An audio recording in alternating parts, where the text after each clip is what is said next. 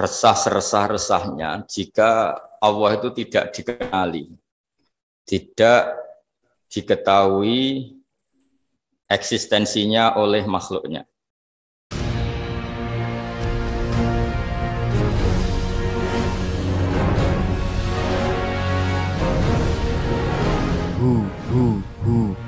Allah. Ada banyak riwayat dan saya yakin itu valid bahwa di antara sebab Nabi Ibrahim alaihissalam diangkat sebagai Khalilur Rahman, punya status kekasih Allah Ta'ala, itu karena keresahan beliau, resah seresah-resahnya jika Allah itu tidak dikenali, tidak diketahui eksistensinya oleh makhluknya. Jadi ketika Nabi Ibrahim alaihissalam sugeng, beliau itu ngeluh. Ketika beliau munajat sama Allah Ta'ala, ngeluh, ya Allah, innahu la yahzununi an la ara ahadan ya'buduka ghairi. Sungguh saya ini resah seresah-resahnya karena orang-orang di dunia ini tidak kenal engkau kecuali saya. Jadi beliau itu ingin Allah yang aktor, Allah yang al-fa'ilul mukhtar, Allah yang khaliqus samawati wal ardi, Allah yang pencipta alam raya ini kemudian oleh orang yang menempati alam yang diciptakannya kemudian tidak kenal.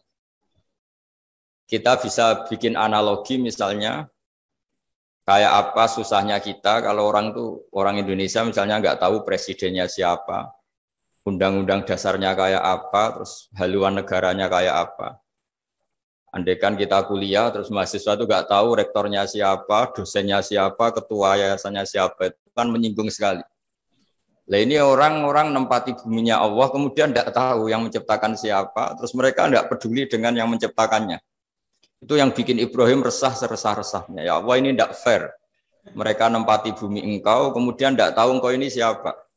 Mereka pakai air engkau kemudian tidak tahu terima kasih sama siapa. Terus jadi di antara wiridan itu ya ada yang wiridan seperti itu. Jadi wiridan itu tidak harus baca subhanallah, Allahu akbar. Keresahan itu termasuk bagian dari wiridan, keresahan-keresahan yang baik.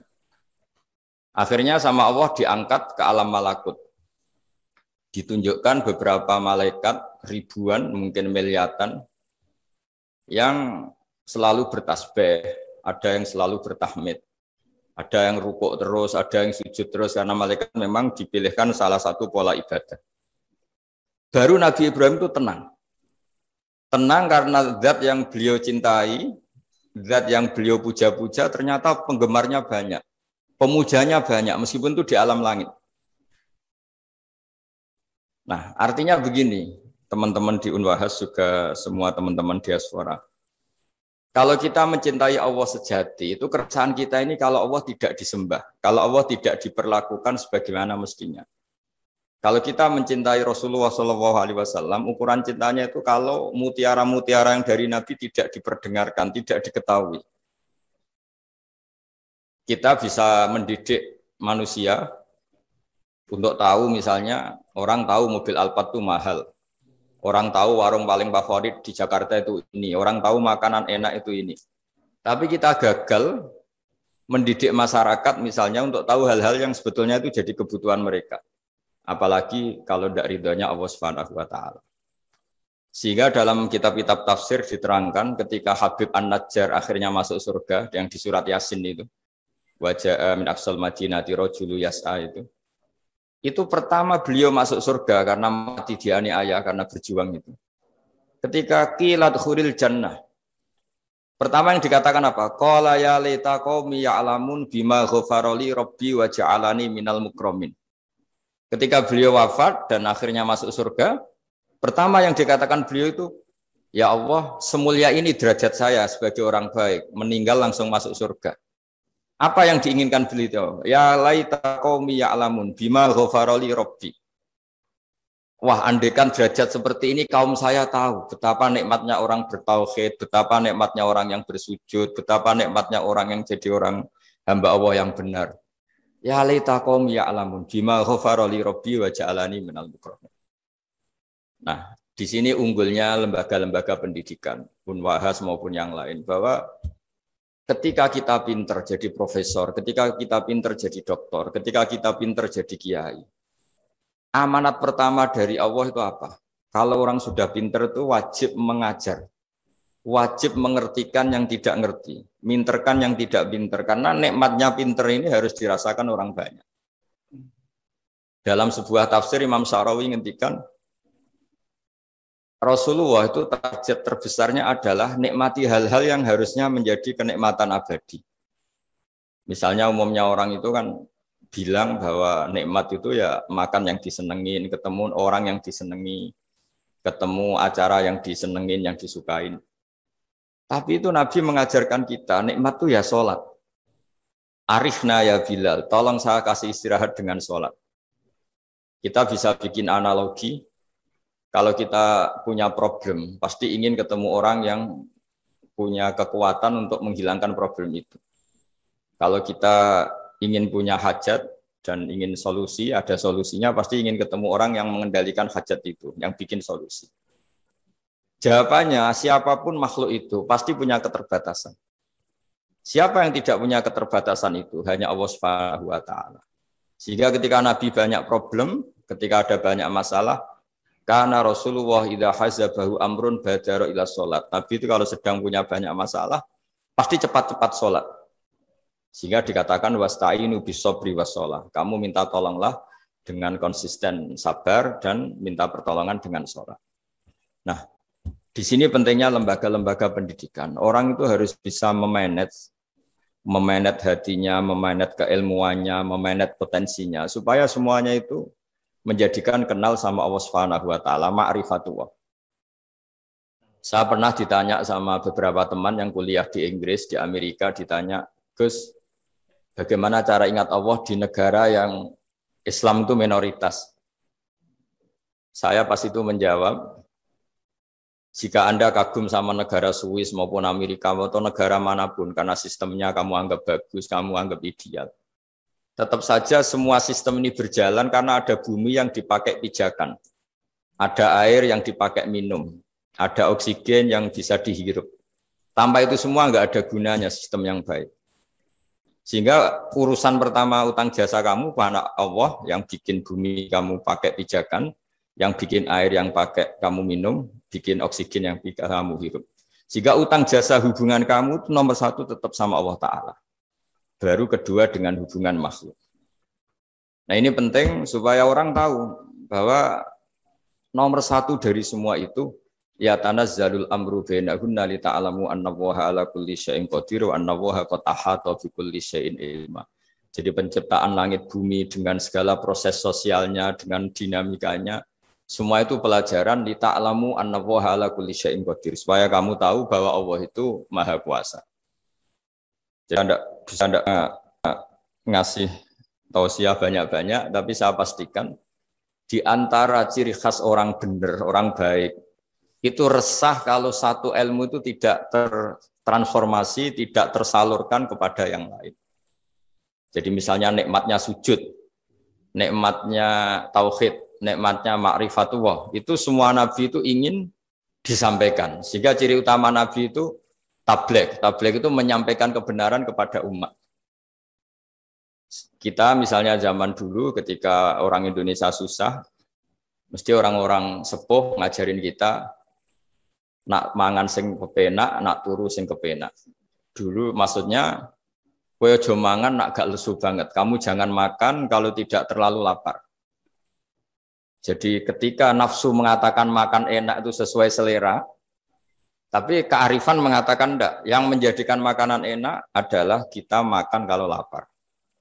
Ibarat orang puasa itu, orang puasa makan tempe, sama orang yang sudah kenyang makan sate itu enak orang puasa makan tempe karena lapar. Sementara yang makan sate, makan pizza sudah kenyang sehingga enggak enak. Terus tidur yang enak, maksudnya jangan tidur kalau tidak terlalu ngantuk. Nah, ilmu-ilmu seperti ini, seperti idamuhu alju. Ketika dulu ada ulama yang makanannya sederhana ditanya, lalu lauk kamu itu apa? Idamuhu alju. lauk kami adalah lapar sekali.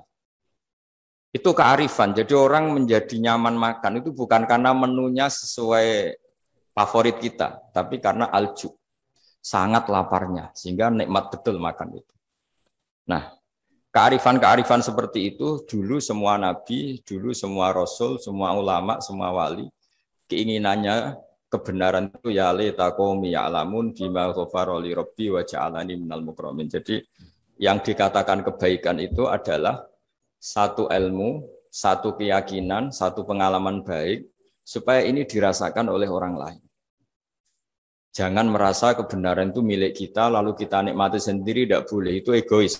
Semua nabi, itu dalam ilmu tafsir dijelaskan, nabiyun itu dari kata nabiun, orang yang memberitahu. Makanya ini betapa mulianya tugas para kiai, para ulama, para dosen, para pengampu ilmu. Karena ciri khas Nabi itu mengertikan, sehingga Quran itu diulang-ulang, waskur akhoat i'lamu, ingat peristiwa ini, ingatlah peristiwa ini, kaji peristiwa ini, pelajari prahara yang dialami orang-orang sebelum kamu. Semuanya itu mengarah ke ilmu. Dan itu harus ada yang memberi penjelasan. Caranya gimana? Caranya itu ada edukasi, ada kreativitas.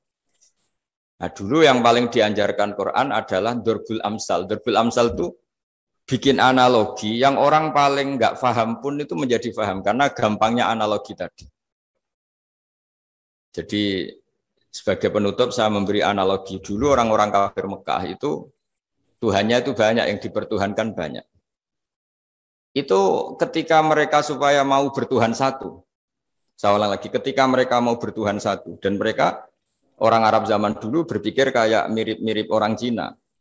Kalau problem banyak ya Tuhannya harus banyak. Sehingga ketika Tuhan satu kata mereka aja'alal alihata ilaha wahida inna hadza la syai'un ujab. Masa Tuhan satu padahal problem kita banyak. Allah bikin analogi dua kali. Saya sering menjelaskan analogi ini. Pertama yang terkenal itu jika kalian punya majikan banyak, kemudian perintahnya beda-beda. Sama punya majikan satu, perintah satu milih mana? Mereka bilang suka punya majikan satu.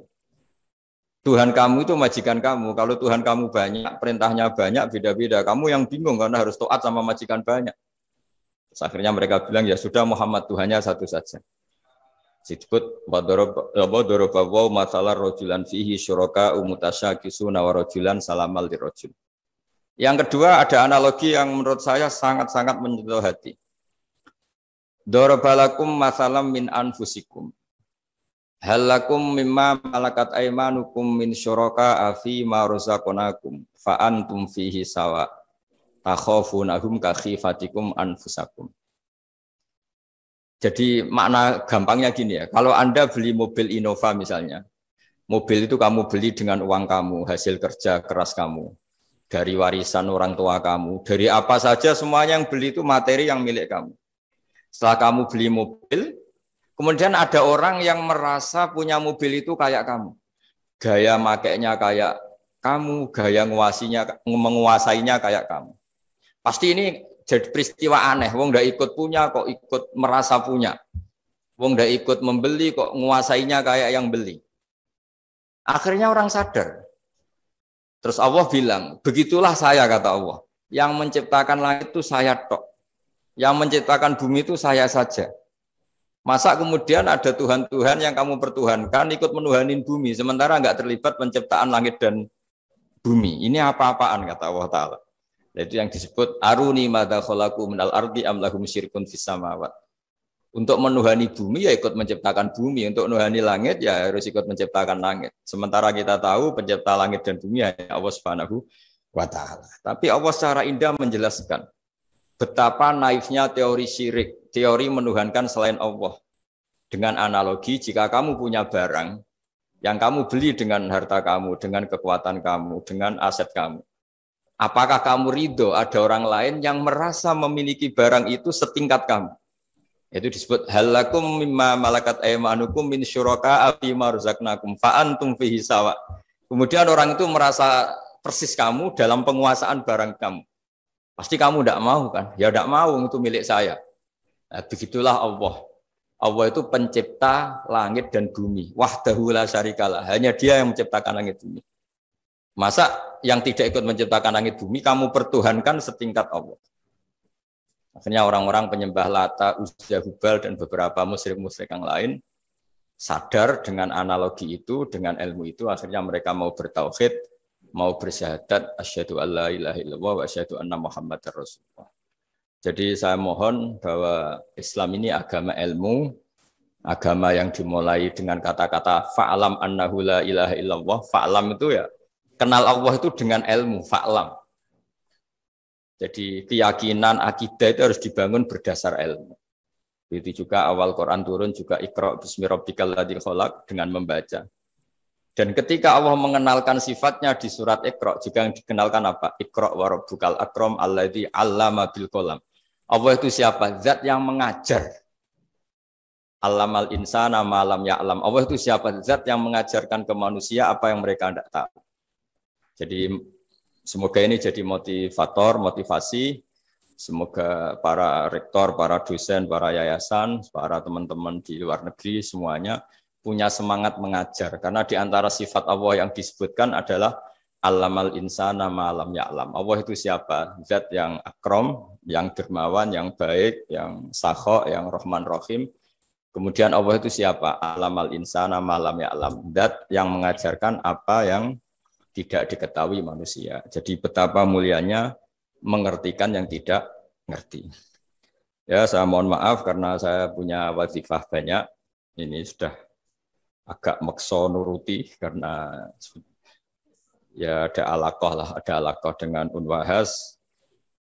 Karena saya juga pengagum Gus Wahid. Saya punya buku tentang Gus Wahid, punya buku banyak tentang beliau. Beliau adalah tokoh muda NU yang jadi Menteri Agama tapi wafat muda. Dan terima kasih atas kesempatan ini. Mohon maaf atas semuanya. Wassalamualaikum warahmatullahi wabarakatuh.